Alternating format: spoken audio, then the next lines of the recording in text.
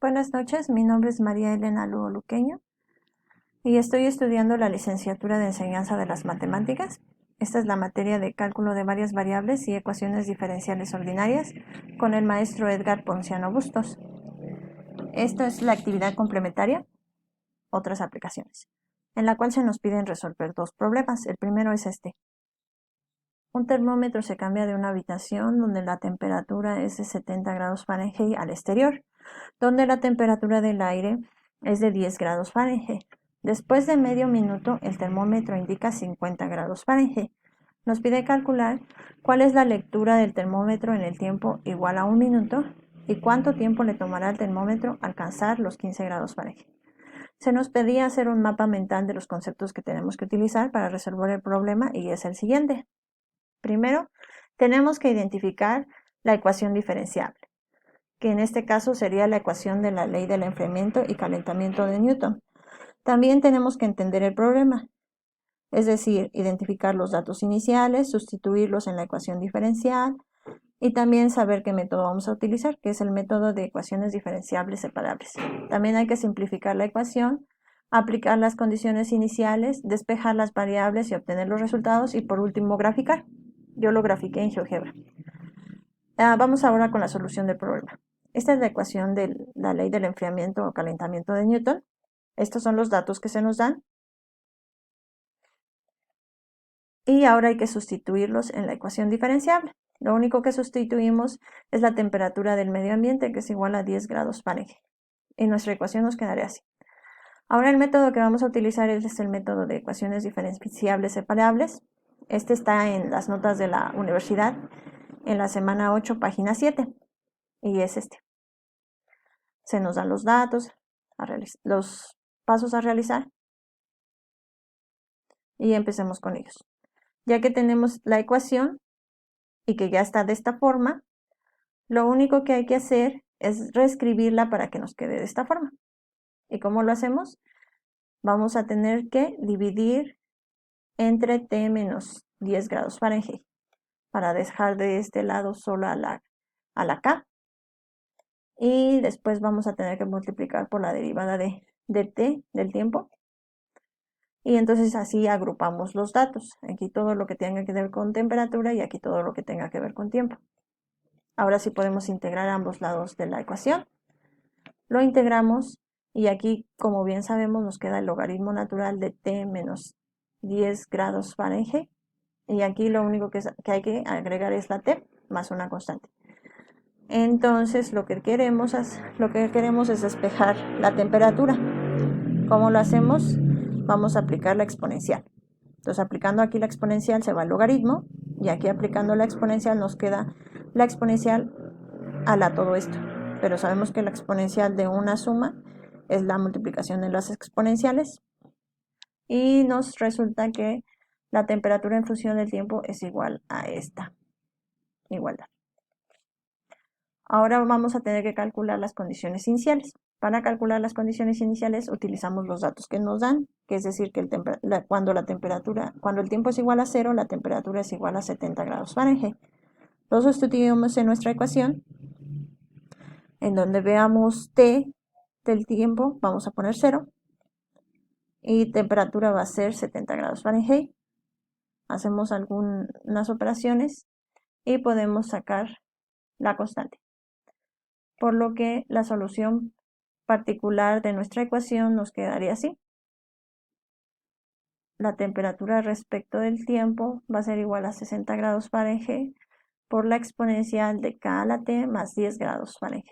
Aquí lo único que nos estorba sería la K para que nuestra temperatura quedaría solo respecto de T, dependiendo de T. Entonces vamos a utilizar los datos que nos dan, que es que cuando el tiempo es igual a 0.5, la temperatura vale 50 grados Fahrenheit.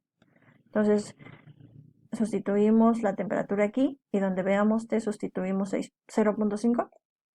Hacemos álgebra, pasamos este restando y este dividiendo y ya nos queda nada más la exponencial por K. Entonces lo que queremos despejar es K, entonces aplicamos el logaritmo natural. Esto se elimina, entonces nos queda 0.5 por K, logaritmo natural de 2/3. Este está multiplicando, pasa dividiendo y ya podemos sacar K.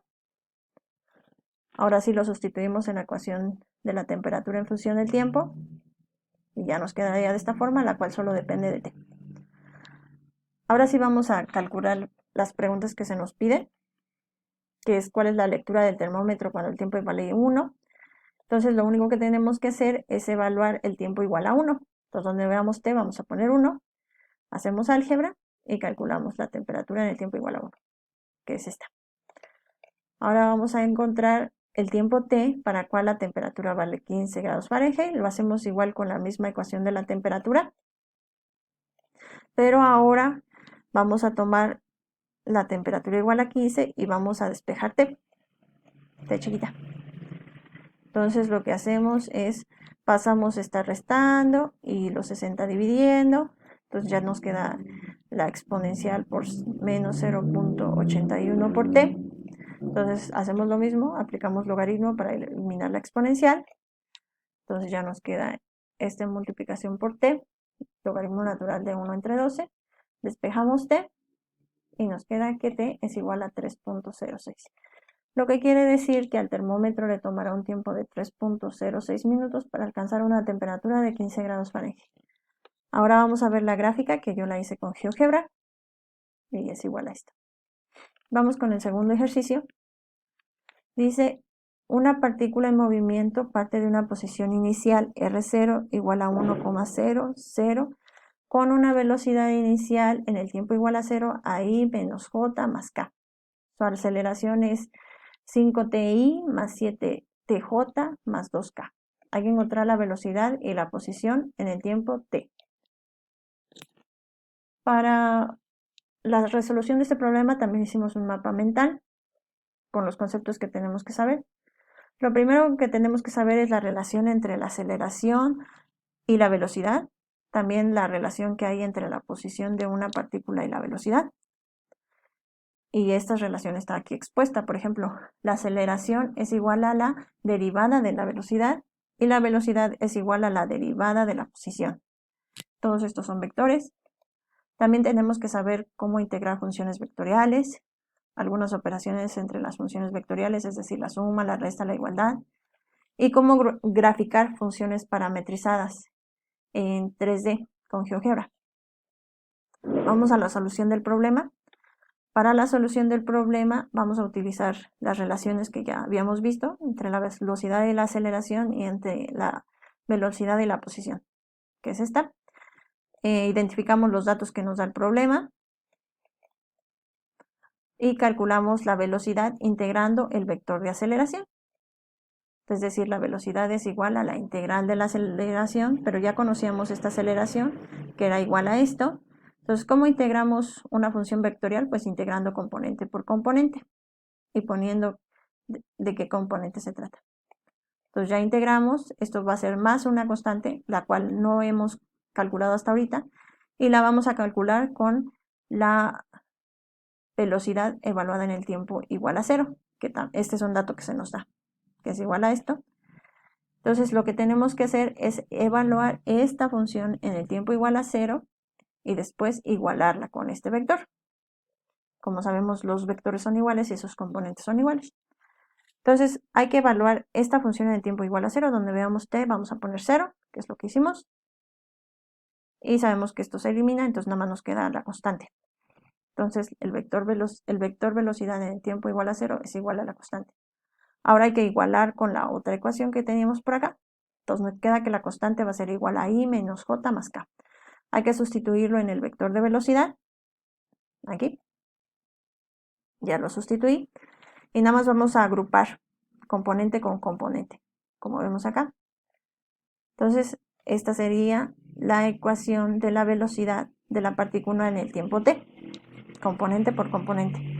Ahora vamos a graficar en GeoGebra y la gráfica quedaría así. Vamos a la segunda parte del ejercicio. Nos pide calcular la posición de la partícula en el tiempo t. Entonces, para esto vamos a ocupar esta relación, que la velocidad es igual a la integral de la posición. Entonces, aplicamos integral en ambos lados y nos queda que la posición es igual a la integral de la velocidad. Pero sabemos que la velocidad por el inciso anterior es igual a esto. Entonces integramos componente por componente respecto de t y nos sale esto. Ahora hay que calcular cuál es esa constante. Vamos a utilizar el dato que se nos da, que la posición inicial es igual a 1,0,0, y también vamos a evaluar este vector que sacamos en t igual a 0. Después los igualamos y obtenemos la constante. Entonces, evaluando este vector en t igual a 0, todo esto se nos va y nada más nos queda la constante. Ahora, la constante la vamos a igualar al vector posición en tiempo igual a 0 y nos queda que la constante va a ser igual a 1,0,0 es igual a la componente y. Entonces, la agregamos en nuestro vector posición, aquí está, y agrupamos. Por lo tanto, el vector posición nos va a quedar igual a esto y lo graficamos en GeoGebra. La gráfica es así. También se nos hacía una pregunta de reflexión que aprendimos en cálculo vectorial y en ecuaciones ordinarias. ¿En qué otras disciplinas se aplica lo aprendido? Bueno, vemos que se puede aplicar en física, en medicina, y aquí está la respuesta de la pregunta que se nos hace. Es un poco larga porque los conocimientos abarcados fueron muchos. Aquí está todo. Bueno, de antemano quisiera yo agradecer por su atención, que tengan buena noche. Me gustaría también mostrar la biografía del material que he consultado para hacer esta actividad. Aquí está. Muchas gracias por su atención. Hasta luego.